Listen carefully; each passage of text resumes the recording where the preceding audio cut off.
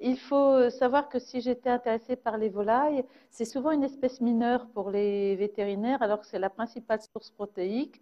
Et il faut savoir que c'est important de travailler sur les volailles, parce que certes, les zoonoses, vous verrez, il n'y en a pas trop, parce que c'est plus des problèmes de type alimentaire, peut-être, que des problèmes de contamination directe. Mais c'est bien de les connaître, parce que dans l'agroalimentaire, comme on a des grosses productions en ce qui concerne les volailles, eh bien, il y a beaucoup de prophylaxie dans le modèle agroalimentaire concernant ces zoonoses aviaires. Donc, je vais commencer tout de suite pour vous montrer que notre population aviaire, vous savez, il y a des animaux de cage, on en parlera très peu parce que ce qui nous intéresse, ce sont les volailles. Les oiseaux sauvages, j'en parlerai quelquefois parce qu'ils jouent un rôle comme zoonoses directement en contaminant l'homme ou aussi en contaminant nos volailles domestiques et créant les problèmes d'agroalimentaire dont j'ai parlé. Une chose qu'il faut souligner, parce qu'il ne faut jamais laisser un médecin parler des maladies des volailles, comme ça a été le cas pour la grippe aviaire, il y a une barrière d'espèces avec les volailles. Cette barrière d'espèces, elle est relativement efficace. La seule zoonose qui me fait vraiment peur, je vous le dirai, c'est la chlamydophilose, la psittacose, plus classiquement décrite, parce que là, il y a une contamination directe. Mais sinon, vous avez bien vu, la grippe aviaire, ça n'a pas été la pandémie annoncée par les médecins qui annonçait 500 000 morts en France. Donc, il faut vous dire que ces zoonoses ne sont pas un problème de contamination directe en dehors de la psittacose chlamydophilose, mais c'est un problème agroalimentaire, c'est la campylobactériose et la salmonellose principalement. Donc un risque relativement faible pour l'homme, mais un problème économique parce que la volaille n'est pas malade, mais transmet des maladies dans ces problèmes agroalimentaires. Donc je vais vous parler de maladies virales. Donc le Vesnal, j'irai très vite puisque vous aurez Ziantara. Les maladies vectoriennes, je ne parlerai quasiment pas des maladies fongiques, c'est l'aspergillose parce qu'elle est commune à de nombreuses espèces, c'est donc une zoonose, mais les volailles ne jouent pas un rôle spécifiquement. Et dans les maladies parasitaires, je serai très rapide parce qu'en dehors de certaines maladies liées à la puce du canard qu'on connaît dans les lacs, il n'y a pas grand-chose à dire. Donc, ce qui est important, c'est le virus influenza. Je vais aller assez vite aussi parce que l'on en a parlé déjà la dernière fois sur les maladies émergentes. C'était une maladie émergente, ce H5N1. Il faut savoir que vous avez différents types de H5N1, c'est-à-dire de virus influenza, mais les seules pestes, parce que nous parlons de pestes, c'est les H5 et les H7 qui sont hautement pathogènes. Il y en a régulièrement, mais on est limite. D'abord, ça tue tellement rapidement que finalement, c'est relativement simple à éliminer. Mais pas si simple que ça dans les pays qui n'ont pas le réseau vétérinaire permettant d'avoir un système qui permet d'éradiquer la maladie, c'est-à-dire qu'il faut en fait tuer les élevages touchés et les élevages susceptibles d'être touchés. Donc c'est pour ça que vous avez une persistance du H5N1 encore dans des pays comme la Chine et donc dans les pays avoisinants. Alors ce qu'il faut surtout retenir voilà, c'est que vous avez en fait dans les infections aviaires plusieurs possibilités de contamination interespèces. La seule vraiment zoonose que je connaisse, c'est la grippe du porc qui passe très facilement à l'homme, mais c'est tout à fait différent en ce qui concerne la grippe aviaire, parce qu'il faut que le virus arrive au fin fond des alvéoles pulmonaires pour qu'il y ait contamination de l'homme. Donc vous voyez que ce n'est pas comme la grippe porcine qui, là, peut en fait toucher l'homme parce qu'elle peut toucher aux premières voies respiratoires. Les cellules réceptives ne sont pas au même niveau, donc vous n'avez jamais eu d'adaptation du virus H5N1 à l'homme avec transmission de l'homme à l'homme. Donc vous voyez ici avec ce schéma très simple, les grippes porcines sont généralement pas très graves, sauf lorsqu'elles sont nouvelles, comme ça a été le cas du H1N1 il y a 2 ans, où des jeunes étaient touchés parce qu'ils n'étaient pas vaccinés. Et là, c'était des jeunes, alors que d'habitude, les grippes touchent surtout des personnes âgées et tuent les personnes âgées, ce qui fait que quand on vaccine, on limite le risque lié à la grippe. Des formes pandémiques, on en a eu, surtout la grippe espagnole en 18, après des formes asiatiques en 68, mais, toujours en Asie. Mais il faut savoir que ce qui est le plus sévère, c'est la peste aviaire. C'est 100% de mortalité, le plus souvent chez les volailles, et très peu chez l'homme. La mortalité sera faible en règle générale chez l'homme. On a eu cette historique de l'épizootie due au virus H5N1 parce que ça a commencé en Chine et surtout vous avez eu une propagation en Asie assez importante à partir de 2003. N'oublions pas que cette peste aviaire n'était pas classée dans les zoonoses avant l'historique à Hong Kong en 97 où il y a eu 6 morts, ce qui n'est pas quand même énorme. Ensuite, on a eu une psychose quand on a vu des fortes mortalités chez des oiseaux qui étaient vers le lac Qinghai au centre de la Chine, parce qu'on s'est dit, ces oiseaux sauvages vont nous apporter la peste aviaire. Mais en fait, cette peste aviaire qu'on a tant craint, regardez en France, on avait des affiches dans les aéroports parfaitement stupides, ce n'était pas nécessaire de faire peur ainsi aux gens, puisque moi j'avais plus peur des moustiques en allant en Asie que des volailles. Mais les gens ont eu peur de cette zoonose. Pourquoi? Parce que les médecins attendaient une pandémie et ont pensé que ce serait un bon candidat. Un bon candidat, il ne l'a pas été. C'est resté une zoonose exceptionnelle et il faut se dire que quand on regarde les chiffres maintenant, au 13 février 2013, il y a eu 620 malades, 367 morts depuis 2003. Par rapport au palu, vous voyez que c'était quand même pas une maladie extrêmement pathogène pour l'homme. Ça a été occasionnel, exceptionnel, et finalement, c'est le H1N1 qui aura plus tué en règle générale. Parce que vous voyez, la zoonose, c'est surtout entre le porc et l'homme, et exceptionnellement, hein, entre guillemets, avec les volailles. De ce fait, on a beaucoup plus travaillé sur ces zoonoses et vous voyez que d'autres espèces ont été touchées, comme le chat. On ne savait pas que le chat pouvait être touché par la grippe, mais une chose est sûre, c'est que c'est toujours des oiseaux sauvages qui hébergent ces virus influenza, qu'ils soient d'origine porcine, humaine ou aviaire. Maintenant, dans les zoonoses, vous avez une autre qui est plus courante dans le domaine de la pathologie aviaire, mais qui est une zoonose mineure. C'est la maladie de Newcastle. Moi, je l'ai bien connue parce que quand j'étais au début ingénieur de l'Institut technique d'aviculture en France, il y a eu l'épizootie de Newcastle en 71 dans toute l'Europe. C'était catastrophique parce que ça, c'est ce qu'on appelle la pseudopeste aviaire. Ce sont les mêmes lésions que chez la peste aviaire, mais chez l'homme, c'est juste une conjonctivite. Et nous avons eu tous des conjonctivites à cette époque. Mais par contre, vous avez 100% de mortalité avec les virus Newcastle hautement pathogènes. Mais là, on peut vacciner, on vaccine systématiquement, mais c'est une zoonose mineure, juste une conjonctivite.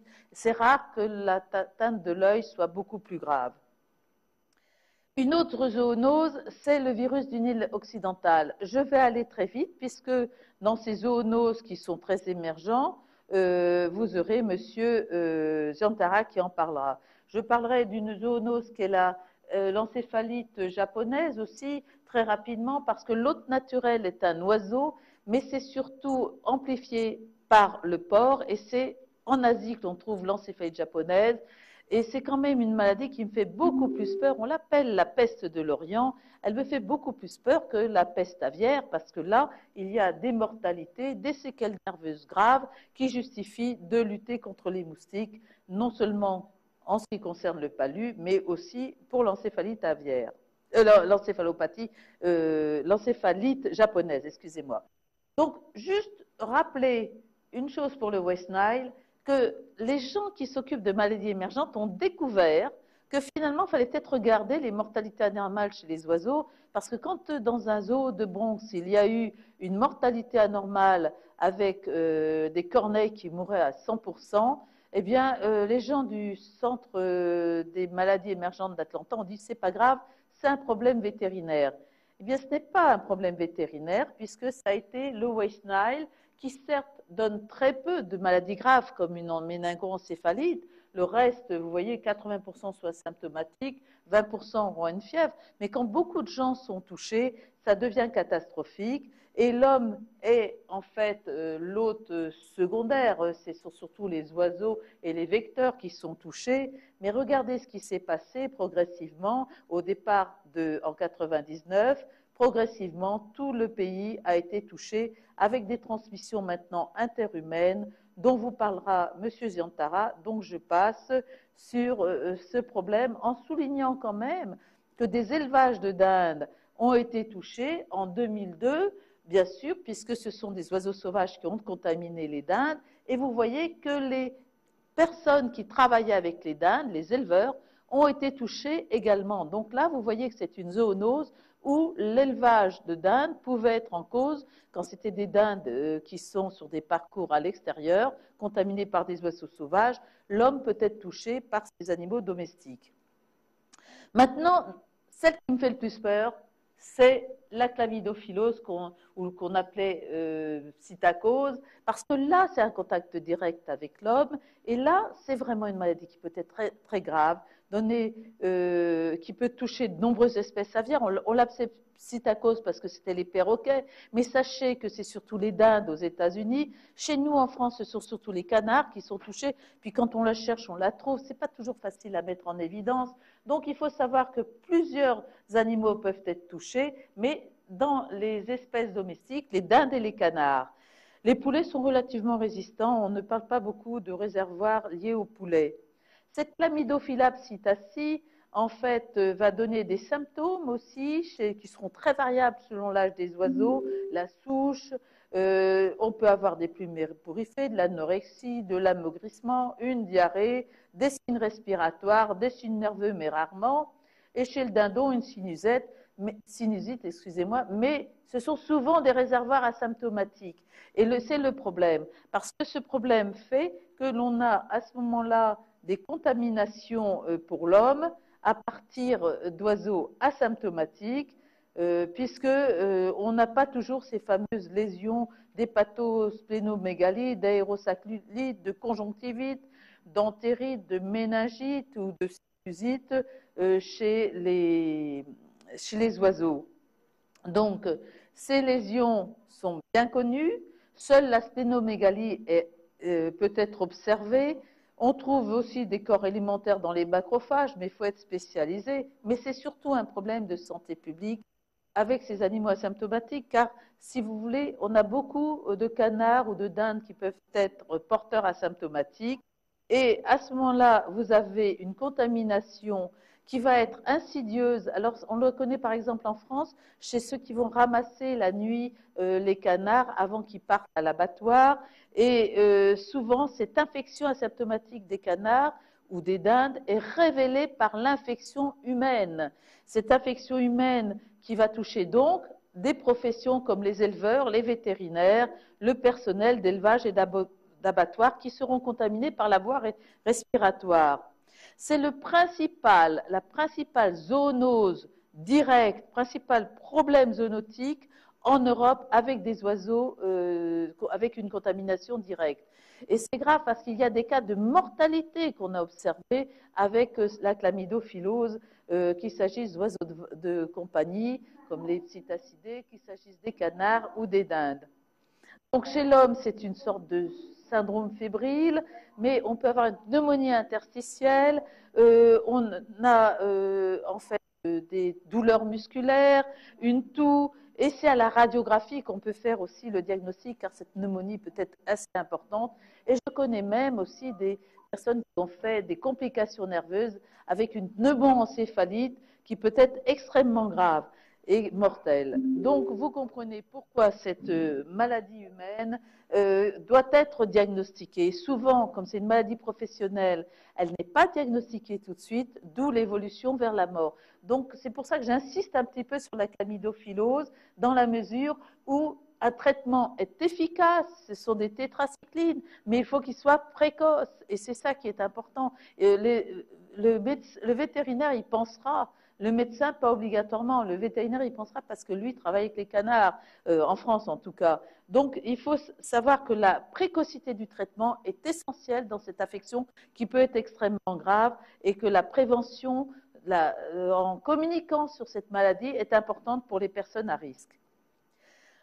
Sinon, maintenant, nous arrivons à d'autres bactéries, et là, c'est plus un problème agroalimentaire ou un problème occasionnel avec ces autres bactéries que sont celles qui nous intéressent pour l'agroalimentaire, les entérobactéries et les campylobactères. Et dans les entérobactéries, ce sont essentiellement les salmonelles qui seront intéressantes. Alors d'abord, pourquoi? Parce que ces entérobactéries sont responsables de TIAC, c'est-à-dire de toxi-infection alimentaire collective. Et en plus du fait qu'on utilise beaucoup d'antibiotiques en médecine humaine, en médecine vétérinaire, on en utilise moins maintenant. Il y a des consensus pour diminuer et on retrouve justement une antibiosensibilité avec ce principe. Mais on a vu arriver des salmonelles résistantes à tout, comme la Typhimurium DT104, et ça c'est catastrophique, ça explique pourquoi nous luttons tant contre l'antibiorésistance. Et le coût des contrôles qui doivent être faits de la ferme à la table dans le domaine de la filière aviaire est essentiel à retenir parce que c'est ce qui nous prévient de la contamination par des volailles qui sont asymptomatiques mais qui vous transmettent la maladie essentiellement par les œufs, mais aussi quelquefois par une contamination de surface de la volaille. Alors, les salmonelloses aviaires, il faut savoir qu'on avait une salmonellose classique. C'était la Salmonella pullorum gallinarum, celle qui tuait les volailles. Mais on l'a éliminée. Et on l'a éliminée pour finalement trouver, vous savez, la nature a horreur du risque, des salmonelles autrement plus dangereuses pour l'homme, moins pour les volailles, parce qu'elles tuent moins. Donc, c'est les entéricas. Alors, je vais vous citer surtout Enteritidis et Typhimurium. Et Enteritidis, c'est essentiellement dans l'œuf. Et le problème de ces salmonelles, c'est que c'est une transmission verticale dans l'œuf. Donc, vous avez un problème, surtout avec l'Enteritidis, une mayonnaise qui reste à la température du laboratoire, il y a une augmentation exponentielle du nombre d'entéritidis, et là, en général, dans les congrès, on s'en rappelle quand il y a ce type de contamination. Et vous avez donc, d'une part, celles qui sont spécifiques aux volailles, Pullorum gallinarum, qu'on rencontre exceptionnellement. J'en avais vu au Vietnam, tiens, une fois, mais on la revoit aussi quelquefois exceptionnellement, même en France, parce que vous avez cette contamination possible par d'autres oiseaux. Mais c'est une maladie beaucoup plus rare. Alors, on revient sur nos zoonoses alimentaires du fait que le problème est essentiellement lié aux salmonelles, mais aussi, comme nous le voyons ici, aux campylobactères. Donc, il faut se rendre compte que c'est surtout l'œuf qui sera en cause, comme vous le voyez ici avec ces 43%, pour celles qui sont liées à une origine alimentaire. L'œuf, ou les produits à base d'œuf, les produits à base c'est quand on fait de la pâtisserie, mais vous pouvez en avoir avec d'autres aliments, mais vous voyez que c'est l'œuf qui sera le plus en cause. Ensuite, dans les zoonoses liées aux œufs et aux ovoproduits, vous retrouvez, comme je vous l'ai dit, Enteritidis et beaucoup moins Typhimurium. Typhimurium, c'est plus un problème de contamination fécale. Et vous retrouvez d'autres salmonelles dans 26%, puisqu'on lutte aussi contre d'autres salmonelles maintenant pour éliminer justement les salmonelles les plus dangereuses dans la filière. Vous retrouvez là encore dans les risques liés à Salmonella enteritidis, 50% sont les œufs, 20% c'est les produits à base de pâtisserie, et vous voyez que de l'enteritidis, on peut le trouver dans d'autres produits, mais essentiellement, ce sont les œufs, et ceci vous explique que la lutte se fera au niveau, bien sûr, des reproductrices. Alors, si vous retrouvez encore maintenant au niveau de Salmonella, les salmonelles distribuées les plus courantes chez l'homme quand il y a des problèmes de salmonellose, 45% c'est des salmonelloses humaines, c'est Enteritidis, 22% c'est Typhimurium. Et vous retrouvez d'autres qui sont typés, hein, Infantis, Newport, etc. Mais vous voyez que les plus importantes, ce sont Typhimurium et Enteritidis. Donc, ce que je voudrais redire, c'est que progressivement, nous avons envisagé en Europe de lutter contre les salmonelles. Donc, essentiellement, c'était Enteritidis et Typhimurium, comme vous pouvez voir, de 91-95. Et depuis 99, il y a une différence selon qu'il s'agit de poules reproductrices ou de poules destinées à l'œuf de consommation pour éviter la transmission par les grands parentaux de la salmonellose en règle générale. Là, on fait beaucoup plus attention et on fait surtout pour les œufs de consommation attention aux pondeuses qui doivent être indemnes d'entéritidis et de typhimurium, puisque vous avez vu que c'était les principales. Pour les sélections et la multiplication, maintenant, il y a 5 sérotypes qui sont en cause. On retrouve entéritidis, on retrouve typhimurium, mais on trouve aussi infantis, hadar, virchow. Donc, vous voyez une petite différence parce que, bien entendu, toutes ces salmonelles transmises par l'œuf, il faut les éviter. Alors, les contrôles se font, bien entendu, au niveau de la filière et ce contrôle a permis de diminuer le nombre de salmonelles de 33% pour les 2 salmonelles majeures, Enteritidis et Typhimurium, qui montrent qu'on a été efficace. Et maintenant, Campylobacter a pris le premier rang depuis. Alors, vous voyez là, dans la sélection que l'important, c'est surtout ces 5 salmonelles que j'ai citées, hein, qui permettent d'éviter dans la phase de multiplication de grands parentaux, de multiplication et pour la production, c'est évident que c'est au niveau des œufs qu'on va seulement lutter contre Typhimurium et Enteritidis. Hein, vous avez donc les schémas qui sont dans les schémas qu'on vous a transmis. Maintenant, une autre entérobactérie. Alors là, justement, je voulais souligner que pour les colibacilles, on n'a pas le même problème que chez les ruminants. On parle beaucoup du O157H7. C'est très exceptionnel chez les volailles. On peut le trouver parce qu'on le trouve partout. Il y a une contamination fécale. Mais c'est beaucoup moins fréquent d'avoir une contamination avec un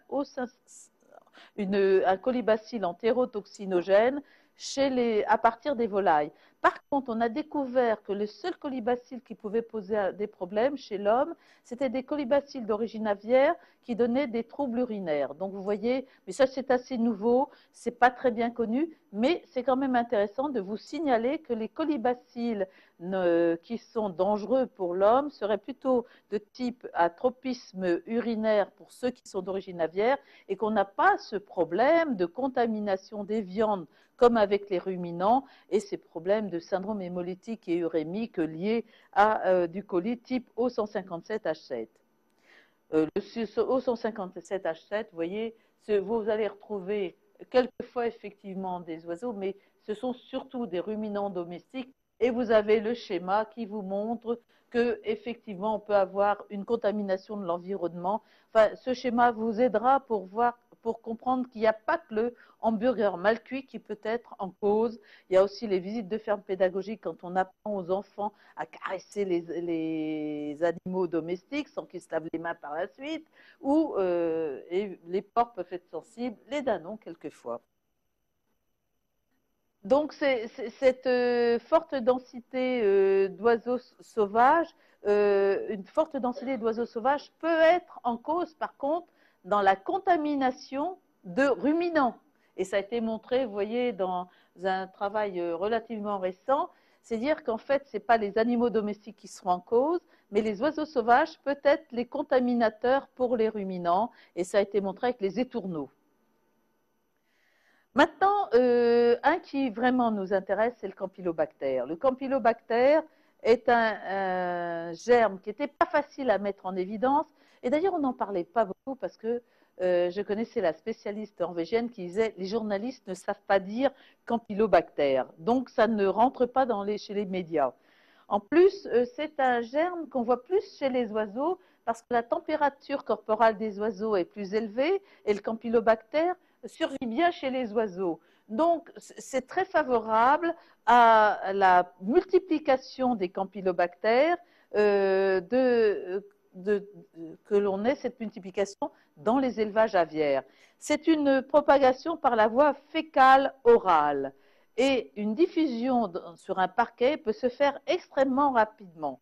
Mais c'est intéressant de savoir qu'en règle générale, les volailles n'excrètent pas Campylobacter pendant les 2 à 3 premières semaines de vie. Mais lorsque l'excrétion débute dans un parquet, en 2 à 4 jours, toutes les volailles sont touchées. Il y a une propagation extrêmement rapide et à ce moment-là, c'est une excrétion fécale de 90 à 100% des oiseaux sur le parquet. Le problème, c'est qu'on ne sait pas comment il arrive exactement. C'est une contamination de l'environnement, mais la lutte contre la campylobactériose est essentielle à ce niveau-là. Comment empêcher l'introduction du campylobacter sur un parquet de volaille après l'âge de 2 à 3 semaines.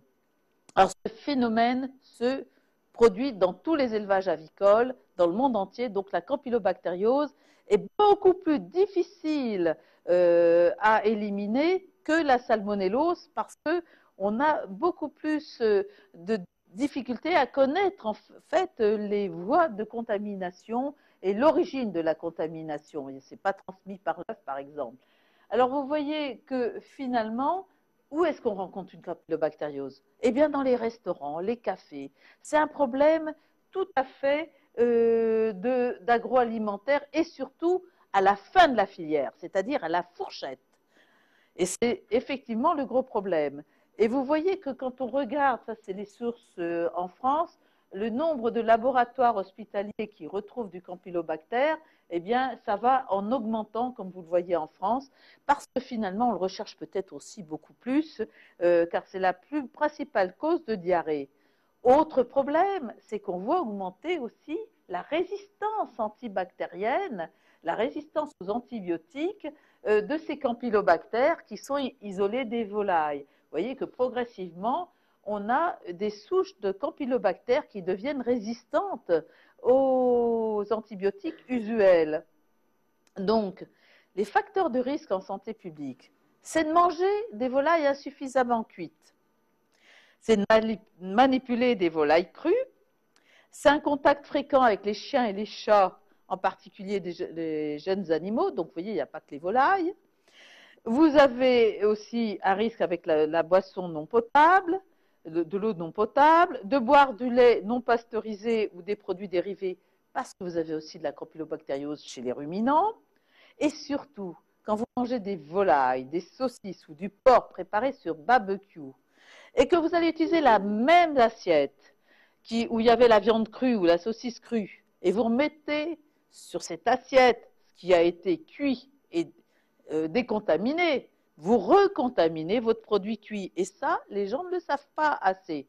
C'est comme quand on prépare au niveau de la cuisine de la volaille crue, il y a toujours une contamination de surface avec des campylobactères, parce qu'en France, on ne fait pas comme les Américains, on ne trempe pas nos volailles dans de l'eau de type de javel, enfin en tout cas dans un produit liquide qui va désinfecter. Nous, on élimine en fait tout au long de la filière, mais c'est vrai qu'il y aura toujours une contamination fécale de surface, mais on cuit la peau des poulets. Mais ce qu'il faut, c'est que quand on travaille au niveau de la cuisine, au niveau du restaurant, eh bien, le couteau qui a coupé la volaille crue doit être en fait désaffecté avant de recouper la volaille crue. Vous recontaminez sinon. La paillasse qui a été utilisée doit être nettoyée. On ne remet pas un produit cuit là où on a mis une volaille crue ou de la saucisse crue. Et ça, c'est très important.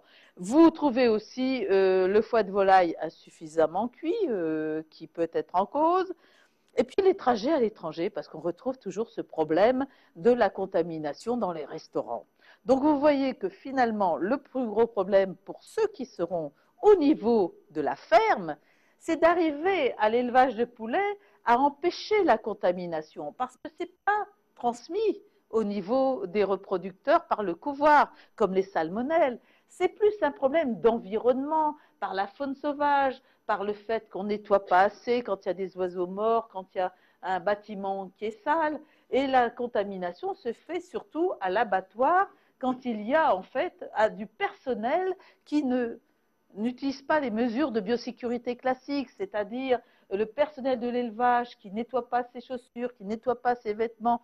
Donc, vous voyez, toutes les principales voies de transmission des campylobactères sont des problèmes de biosécurité qui ne sont jamais suffisantes pour éliminer complètement le campylobactère. Et n'oubliez pas, vous l'avez vu, c'est surtout au niveau de la cuisine que se fait la contamination. Et c'est la principale source de diarrhée en Europe maintenant, actuellement. Donc la prévention, c'est un aliment qui peut être traité par chauffage ou en utilisant des pellets, c'est-à-dire qu'on limite la contamination par l'apport alimentaire. L'aliment est souvent cause d'apport pour les salmonelles, c'est également le cas. Il faut éviter une litière humide parce que le campylobactère survit bien dans l'humidité. Il faut des bonnes mesures de biosécurité, nous l'avons vu avec le personnel, avec le bâtiment, des bonnes pratiques d'hygiène, nous l'avons vu au niveau des cuisines, le contrôle des insectes et des nuisibles est important. Et il y a des choses qui sont importantes aussi, par exemple, les insectes, les Danois ont montré que s'ils évitaient les mouches jouaient un grand rôle dans la contamination par les campylobactères. Donc le fait de mettre des filets contre les mouches permettait de limiter la contamination. Il faut retirer les aliments avant le transport à l'abattoir parce qu'on limite la charge infectieuse fécale. Et à ce moment-là, au niveau intestinal, on donne même de l'eau acidifiée qui limite la quantité de campylobactères qui peut être excrétée. Donc, si vous voulez, ce risque lié à la contamination fécale, à l'excrétion fécale, parce qu'il ne faut pas oublier que quand on trempe les poulets dans le bain avant de les plumer, il y a toujours une contamination fécale avec les doigts des plumeuses sur la peau des oiseaux. Donc si on peut limiter cette excrétion fécale à l'abattoir, c'est important. Donc vous voyez qu'on a aussi d'autres bactéries, mais sur lesquelles je vais passer rapidement. La listériose. La listériose, c'est un germe de l'environnement. Donc c'est le problème de la listériose dans les fromages, dans les charcuteries. Et on l'a également chez les volailles, bien entendu, mais beaucoup moins souvent par rapport aux problèmes liés au fromage ou aux charcuteries. Vous voyez, on peut avoir des problèmes avec de la viande de poulet, parce que si vous la recherchez, c'est toujours cette fameuse contamination de surface, puisque là où il y a des matières fécales, il y a aussi la listeria, puisqu'elle se retrouve dans les matières fécales très souvent en portage asymptomatique. Vous avez aussi la fièvre Q qui peut être transmise par les oiseaux. La voie majeure de transmission de cette fièvre Q, c'est l'inhalation d'aérosols et c'est plus les ruminants qui sont en cause. Mais en fait, vous avez énormément d'animaux, d'espèces qui peuvent être porteuses et ça peut être transmis également par des morsures de tiques. Ensuite, la tularemie. On a toujours tendance à rapprocher la tularemie uniquement à la chasse et aux lièvres. Ben, sachez que la tularemie, vous l'avez aussi avec d'autres espèces, avec des petits mammifères de la faune sauvage, autres que les lagomorphes, les rongeurs jouent un rôle, mais les oiseaux sauvages jouent un rôle, les tiques jouent un rôle. Et c'est une transmission par la voie cutanée. Il suffit de quelques Francisella tularensis sur une peau saine, 10 à 15 sur une peau saine pour qu'il y ait contamination. Donc vous voyez que c'est plus un problème, là, je dirais, d'animaux de compagnie que de transmission par des volailles domestiques. Mais les vecteurs peuvent être aussi des tiques et des moustiques, et ça on l'oublie un peu. Donc si vous voulez, les oiseaux peuvent être simplement un réservoir avec la tularemie via les tiques, les moustiques, etc. Vous avez aussi, même chez les volailles, le problème de la toxine staphylococcique, puisque vous avez de temps en temps dans des produits à base d'œufs, mais ça, vous voyez que c'est très limité en ce qui concerne les volailles. Alors, le problème, ce sont ces staphylocoques qui sont résistants à la méticilline. Ça a été découvert depuis 50 ans et c'est une maladie nocosomiale.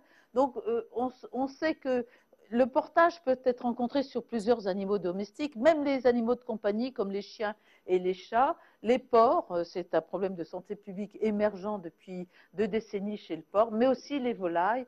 Et c'est une contamination par contact et non par l'ingestion dans ces cas-là.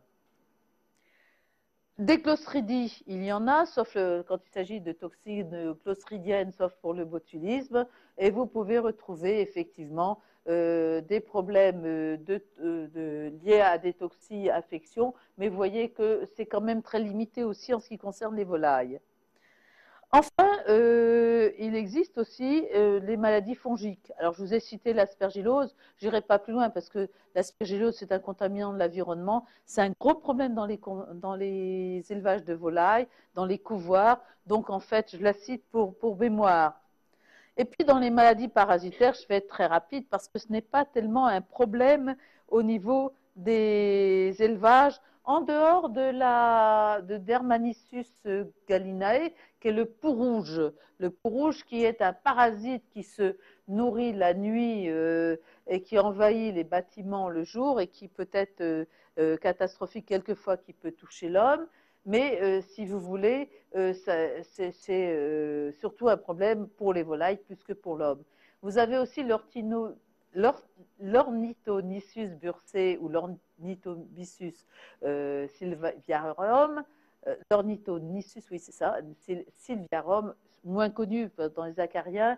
Donc, ça affecte surtout les oiseaux sauvages, ça peut affecter les animaux domestiques, et chez l'homme, ça peut créer un petit prurite, donc c'est très limité. En fait, le seul qu'on connaît vraiment, et ça, c'est pas lié aux volailles domestiques, c'est la puce du canard. C'est la dermatite cercarienne, qui est un schistosome, en fait, et qui est transmis par les canards via, en fait, les limnés. Et c'est un gros problème dans certains lacs de montagne, donc dans les lacs alpins, parce que vous avez la prurite intense pour les baigneurs. Donc vous voyez que ce n'est pas un problème d'animaux domestiques, mais c'est un problème très intense